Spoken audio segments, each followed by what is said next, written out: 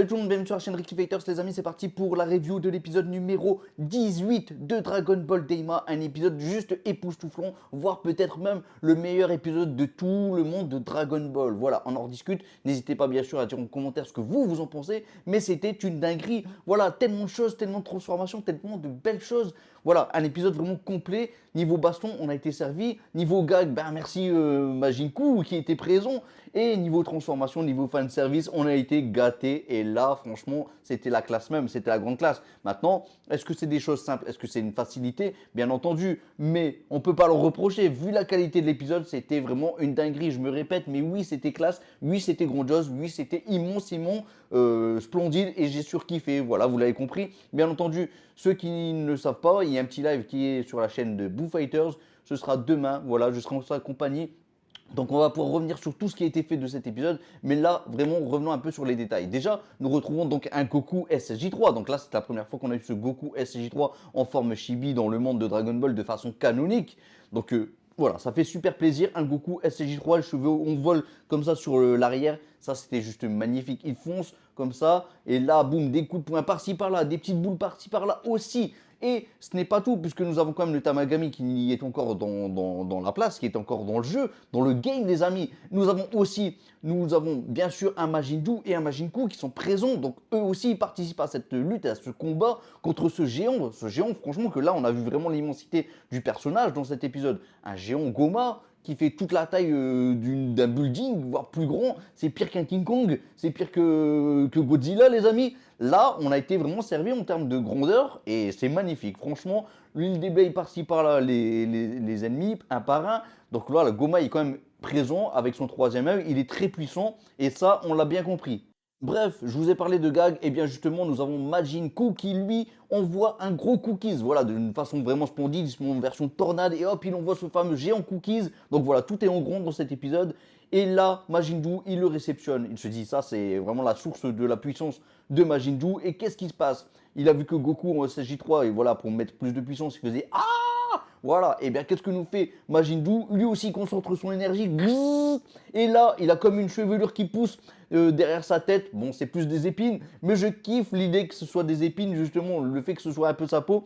Donc voilà, lui aussi il a sa transformation, le Majin Buu, et franchement c'est grandiose, c'est beau, moi j'ai surkiffé. Et là il allonge ses bras, il attrape le Goma, il l'envoie valser partout dans le décor, voilà, il se mange tout ce qui est montagne, tout ce qui est pilier, tout ça. Bref, le Majin Buu était juste giga génial et moi j'ai surkiffé. Voilà, le Majin Buu est classe et accompagné de son frère qui était là en tant que supporter, les amis. On n'est pas dans un stade de foot, on est dans une arène certes, mais là le Majin Buu qui vraiment kiffe son frère et encore une fois il nous le montre, hein, voilà, c'est son frère, c'est son frérot les amis. On le kiffe le Majin Buu et là le Majin Buu, bah lui, il nous a fait une belle baston, bam, il nous a enchaîné le Goma, 10 000 coups de poing, bam, bam, bam, bam, bam. Je vous passe la partie de Goku, hein, de Goku qui lui a aussi donné quelques coups en SSJ3, et vraiment il nous a fait plaisir aussi, des coups de poing, des petites boules par-ci par-là. Bref, c'était du grandiose, mais les amis, nous avons le fameux Majin Buu qui a utilisé tous ses calories, j'ai envie de vous dire, et tout le glucide qu'il a engurgité en lui. Donc voilà, qu'est-ce qui se passe, le pauvre Majin Buu? Eh bien là, il devient tout faible. Il a tout donné. Mais ça nous a rappelé quand même, ce Majin Buu nous a rappelé quand même des petites attaques de boue. Voilà, avant ça d'ailleurs, nous avait fait une forme de boule comme ça, bim bim bim, 10 000 boules comme ça qu'il avait lancé avec sa bouche qu'on n'était pas mis en SCJ3, on va dire. Et là, il nous a fait aussi l'attaque de Majin Buu, le Kinder comme ça, bam, une explosion galactique. C'était phénoménal, c'était beau, c'était vraiment magnifique. Et Goku, bah voilà, lui, il a été déblayé, voilà, avec de la télékinésie, il s'est mangé le mur. Bref, Goma, lui, il nous a fait beaucoup de télékinésie dans ce combat, mais à chaque fois, c'était un petit peu modifié, avec un petit changement, et ça faisait vraiment plaisir. Alors, je sais, j'ai kiffé cet épisode, donc je vais vous le dire tout le temps que ça m'a fait plaisir cet épisode, et que chaque détail, ben franchement, avait son importance, et c'était vraiment classe. Bref, nous avons un Goma qui, lui, il n'a pas dit son dernier mot, il y a son troisième œil qui brille d'une façon un peu colorée, qui rappelle un peu les couleurs de l'arc-en-ciel. Oui, c'était beau, et là, boum, Vector Beam, les amis, un gros rayon, il déblaye tout le monde sur son passage, le Tamagami qui avait sorti son épée, tout ça, il les a tous mis au tapis. C'était du grand Goma, le grand Goma qui, lui, ensuite se retrouve devant Goku SSJ3, qui est au sol. Donc là, on voit vraiment que Goma, c'est un géant. Voilà, vraiment, je vous l'ai dit, en termes de grandeur, là, on a eu tout ce qu'il fallait. Le grand Goma est là, hop, avec sa petite tête de clown. Il donne des coups de pied à Goku qui était au sol, tout ça, bref. Et là, qu'est-ce qui se passe? Il y a Goku qui atterrit un peu plus loin. Nous avons Neva qui surgit de nulle part et qui arrive devant Goku. Bon, il va lui un peu chambouler un petit peu tout ce qu'il y a au fond de lui, ses gènes, tout ça. On sent que voilà, c'est intérieurement qu'il se passe quelque chose, que c'est dans son subconscient même. Il y a cette petite goutte d'eau, cette forme, cette façon dont ça a été fait. C'était juste magistral, c'était de toute beauté, vraiment. Et là, boum, explosion galactique, les amis, oui, on avait pu le voir arriver, on aurait pu s'imaginer qu'il y a une fusion, mais attention, la fusion, ce sera peut-être pour le prochain épisode. Mais quand on voit cet épisode numéro 18, on attend le 19 avec une grande impatience, les amis. Surtout que, apparemment, le 19 serait même encore plus ouf que cet épisode numéro 18. Donc voilà, bref, explosion galactique, et là qui surgit, les amis, le Goku SSJ4. Alors, je dis bien le Goku SSJ4, pourquoi? Eh bien, parce que même si on n'a pas eu de nom, eh bien c'est clairement les mêmes traits, les mêmes dessins, les mêmes designs, le même truc quoi qu'on a eu dans Dragon Ball GT. Donc c'est Goku SSJ4 et ça fait vraiment plaisir.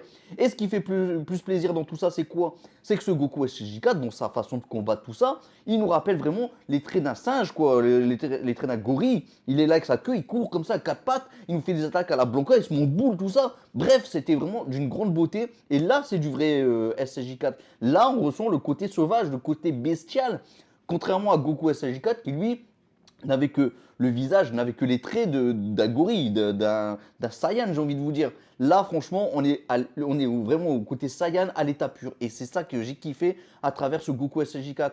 Donc oui, c'est clair, c'est repompé sur Dragon Ball GT. Mais par contre, on en a refait quelque chose, une nouvelle sauce, quoi. Un nouveau Goku SSJ4. Pour moi, c'est vraiment mignon. Là, c'est du bon Goku, comme on l'aime et comme on adorerait le retrouver. Voilà, franchement, en termes de transformation, le SSJ4, c'est peut-être même l'une des transformations les plus belles. Et d'ailleurs, je vous le dis même tout haut, cet épisode, c'était certainement l'un des épisodes les plus époustouflants. Mais bon, bref, on n'est pas encore arrivé à la fin, les amis, parce que je n'ai pas encore fini de vous dire que toutes ces éloges concernant cet épisode, parce que c'était du grandiose. Bref, Goku était encore dans la place. Il est là avec cette aura blanche autour de lui, franchement magnifique. C'était splendide, donc il donne pas mal de punch à Goma. Donc on voit que Goku SSJ4 est plutôt très balèze face à Goma. Mais Goma, lui, il a beaucoup de ressources. Il est là encore vraiment au taquet, il est là plein de puissance. Et donc nous avons d'un autre côté nos amis donc Glorio et compagnie qui se réveillent tous, qui se disent bon, hey, on va pas rester là sans rien faire. Bref, nous avons un Vegeta qui lui a du mal, il n'arrive pas à se relever. Donc Glorio et Piccolo concentrent toute leur énergie, bam, Glorio qui nous fait une super attaque d'éclair, électricité de la mort qui tue, boum, il lance tout ça, accompagné bien sûr de Piccolo avec son Makanko Sapo. Bon, finalement, il aura fait que le Makanko Sapo dans ce combat.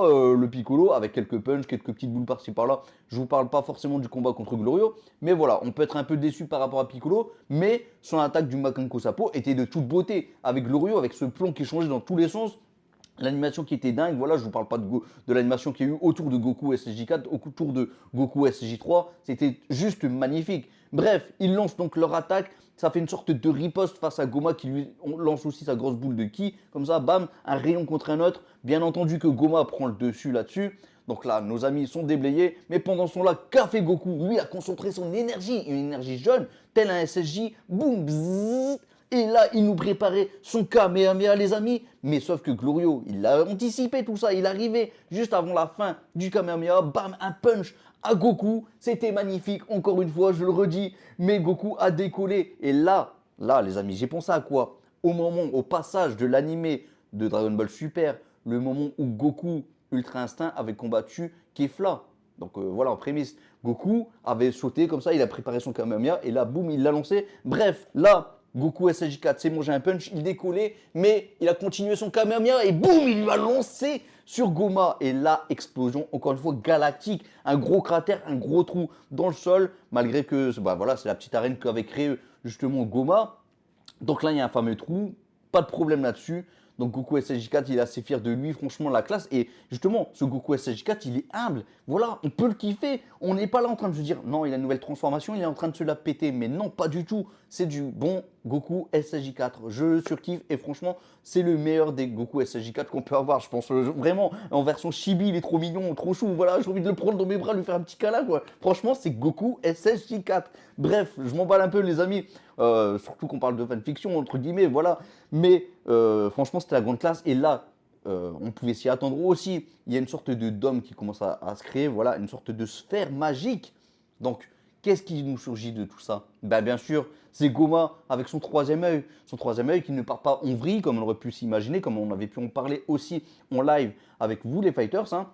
Donc d'ailleurs, n'hésitez pas à vous abonner si vous passez par là, tout ça. Bref, vous connaissez la musique, les amis. Vous savez comment ça se passe sur les chaînes YouTube. Donc voilà, il y a Goma qui revient encore plus grand, encore plus giant, les amis. C'est comme le Quick en ce moment. On a le Giant, on a le Méga Giant, on a tous les formes de Giant qui sont plus grands ou moins grands. Bref, là, on a l'Oméga Giant Goma et ça fait plaisir. Franchement, il est gigantesque, il est génial. Ce qui est peut-être un peu déplorable dans tout ça, c'est que finalement, il n'a pas changé de design. Mais attention, attention, peut-être qu'il a une autre transformation derrière. Mais surtout, la fin, les amis, la fin de cet épisode était juste grandiose. Il y a eu de surprise en surprise. Voilà, ça m'étonne que l'épisode ne s'appelle pas d'ailleurs surprise. Ça aurait été mieux plutôt que de dire réveil, quoi. Ou réveil ou éveil, je sais plus. Bref, c'est l'un des deux titres. Mais vous m'avez compris, les amis. Donc, dans tout ça, nous avons un méga Giant Goma qui cette fois-ci prend le dessus aussi sur le SSJ4.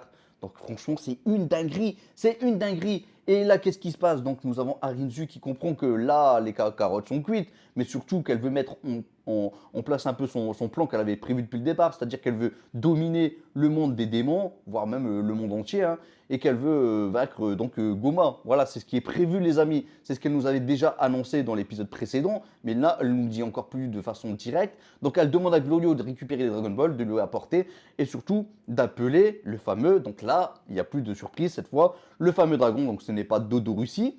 Alors peut-être qu'il y a une erreur de traduction, mais quand j'ai entendu les paroles de Glorio, j'ai clairement entendu Porunga. Donc c'est un Porunga, frère jumeau de, ou frère ou sœur, peu importe. On ne sait pas trop si les dragons c'est neutre ou pas. Mais bref, en tout cas Porunga, jumeau avec Porunga de la planète Namek. Sauf que celui-ci, il est rose, les amis. Il est rose, mais attention. Pourquoi? Parce que, donc, déjà, on apprend une première chose, c'est quoi? C'est que Glorio, il sait parler Namek. Oui, il a appris le Namek, c'est Arinzu qui lui avait demandé de l'apprendre. Alors, on ne sait pas trop pourquoi il obéit aveuglément à Arinzu. D'ailleurs, on ne sait pas s'il a obéi vraiment aveuglément. Bref, elle lui a demandé à Glorio d'annoncer son vœu, donc comme quoi elle veut être la plus puissante apparemment.